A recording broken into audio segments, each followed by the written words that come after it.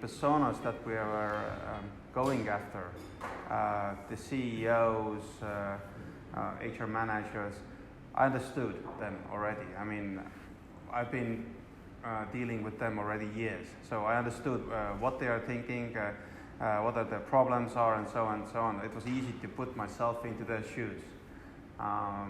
But if I need to go to some other industry, I don't know, let's say you were from construction, I think.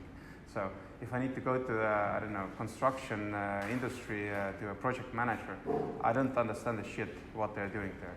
I might think what they are doing there, but I don't have the full picture.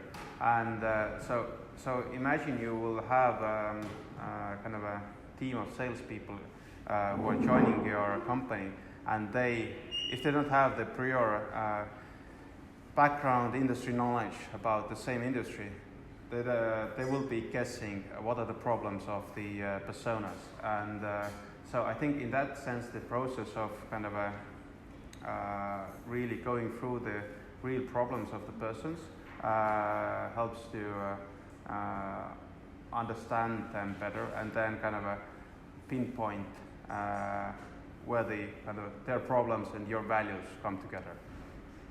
Yeah. And can you tell more about the personas that we did involve? Like, which were those? I need to recall a bit. I think we had different industries. So we had let me describe the service before. The Bolt for Business is basically the B2B service of Bolt. So Bolt so far was focused on the consumers. So here is a promo code, come and take a cheap ride, and then they hope that you will start and continue to take the rides. But not so much of focus on the B2B customers, except in the Baltics and Georgia. The rest of the countries, 30 plus countries, they did absolutely nothing. And actually it was prohibited of doing B2B sales because the operational process were not in place. Basically, a few years ago when they started to do the B2B sales in the Baltics, it was manual work. It was like for example, contracting was based on paper, so you had to do the signature on paper, so which is time consuming. There was no automatic blocking. If somebody was misusing the system, they could endlessly use them, and you would end up like some clients who will owe you thousands of euros. So no credit checks and stuff. So basically, when I joined, they started to build a new B2B business portal where the companies can join themselves. They can just create their account. They just tick, I accept T&C, and add their employees, and then start take the rides. So the concept of the B2B product was that you could add your employees and then just get one bill, and basically reduce the time wasted on doing the expense reporting. Because I don't know if you have done expense reporting, if you have like, I don't know, 10 taxi receipts, then it's like pain in the ass. So and imagine you have like 100 employees, and then multiply this, then it's like it's pain in the ass for the employee, and it's pain in the ass for the accountants as well, because they need to check. So we started to create the personas, and we understand that there are like different industries where the demand is. One of them was leisure, hotels, for example. So because hotels have a lot of foreign guests, and also they have a lot of shift employees. So they late night shifts and early morning shifts. So for those, you need to organize the transportation. So we created we understood that there are different types of hotels. There are international chains, There are local, like private ones and small ones, and in the bigger ones you have like again different kind of decision makers. You have either some CFOs or you have a hotel manager. In the smaller ones you have basically the owner is everything. And you need to kind of map the problems, because their problems are different. I mean, Hilton in Tallinn have different procedures and problems than some small boutique with the one owner. Then besides of this industry, we had kind of other kind of industries where we kind of said that, okay, we have a, let's say, large corporation with hundreds or thousands of people. Then you have probably, I don't know, HR manager or office manager, CFO, and CEO. So you need to have like different languages for different people. For example, one thing what we kind of realized is that when you are selling your product to the, let's say, office manager, then they want to understand and compare your product against the competitors. Okay, what features you have? Okay, but do you have this? If you are missing one tick, then it's not good enough. So you need to have like a longer list of features. Then you're in better position. But when you're going to the CFO, then he wants to know how much it costs. And as Bolt is kind of a, let's say, Tele2, in my opinion, it's kind of a low-cost provider.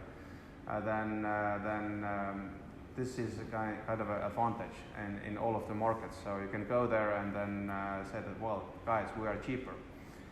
Of course, it depends on the countries.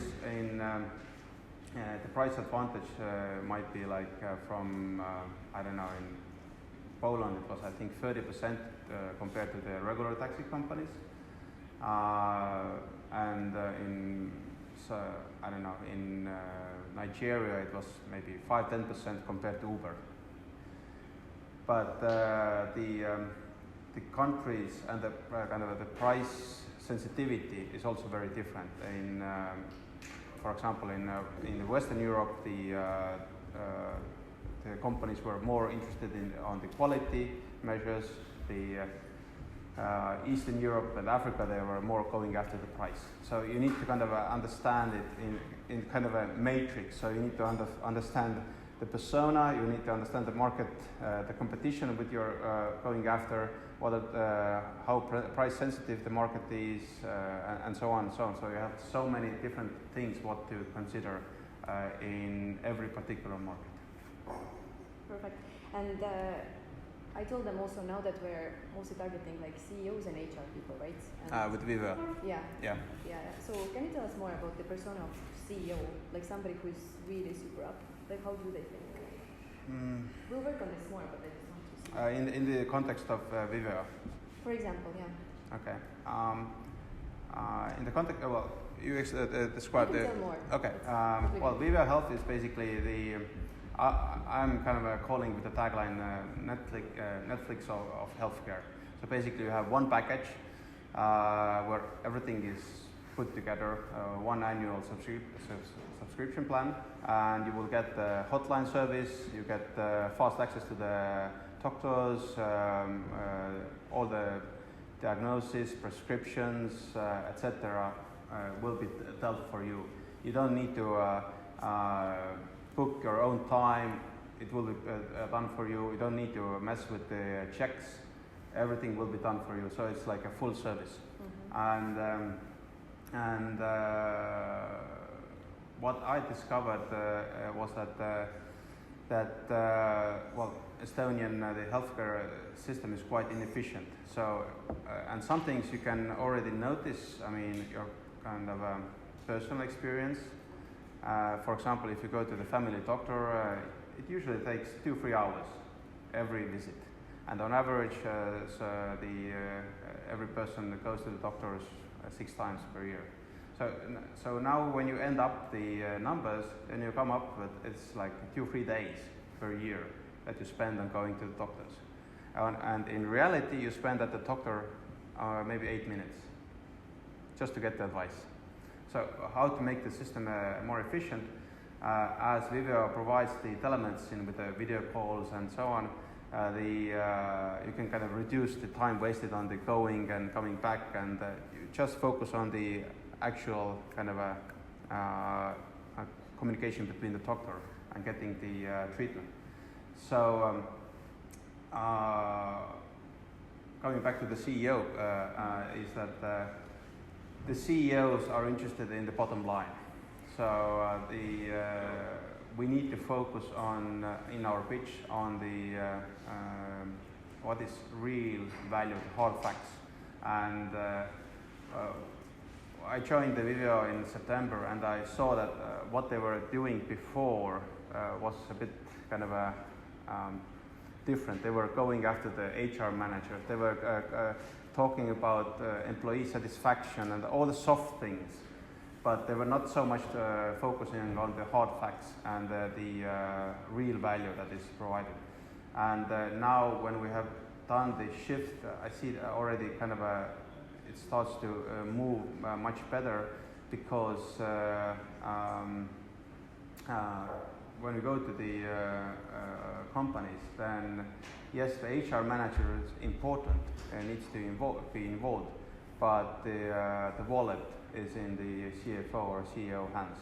So especially when you spend quite a lot on the employees, and we're talking about roughly 2% of the salary fund. So it's something that the HR manager cannot decide herself. So therefore the CEO needs to be always present, and the CEO wants to see, okay, if I will invest so much money in this, okay, what I will get in return. Yeah. Guys, I know it's very theoretical right now. Do you have any questions for now, or does I have a last one? Just interested in what you have to ask, but I guess that's not part of this. Well, basically it's annual subscription plan. You get the hotline service. If you have a problem, you call to the doctor, or you will write to the medical portal that we have. Then the doctor will reply to you. If you need to have a diagnosis, I mean, you need to, I don't know, X-ray or something to be done.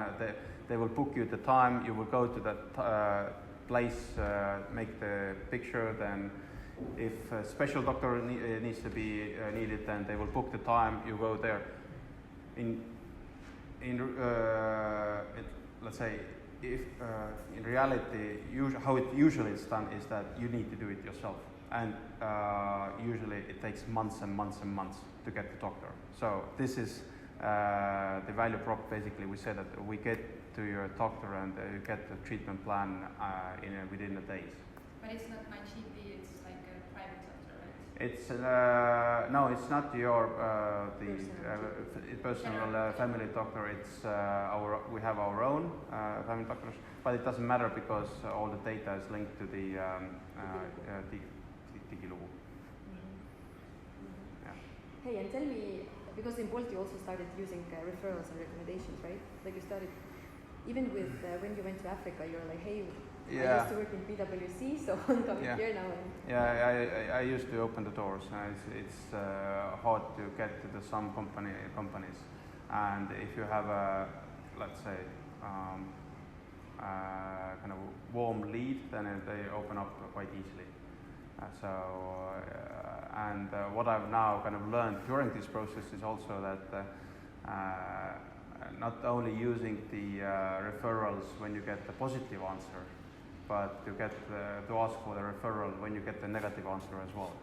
So, okay, you don't like the product, it's not for you, but if you would imagine to whom it would match, can you make me an intro to that person? So this is something interesting what I learned during the process as well. Actually, I do have a follow-up question based on that. Because I understand that you build international sales teams for Estonian companies abroad. So how do you approach this? If you take that, okay, Bolt now wants to expand to Africa, then what are the first steps that you're going to do in this matter? Well, you need to recruit the people. Okay, so you're going to start the first step is you're going to find people. Well, in Bolt you had the existing service layer, so B2B was only like a second layer on the existing service. So, and assuming you have the B2B product and you need to sell it, then you need to hire the persons who will do it. Yes, you can test and run the kind of different ad campaigns and marketing activities, PR activities, just to get the awareness about the B2B product, yes. But if you look at how the revenue is distributed, then it's a typical Pareto. It's 80% of the companies will give you 20% of revenue and vice versa. So if you want to get the real impact, you need to go to the bigger clients. And for the bigger clients, you need to have sales reps. So yeah, this is the kind of a logic. Mm-hmm. All right. Okay, cool. Yeah, thank you.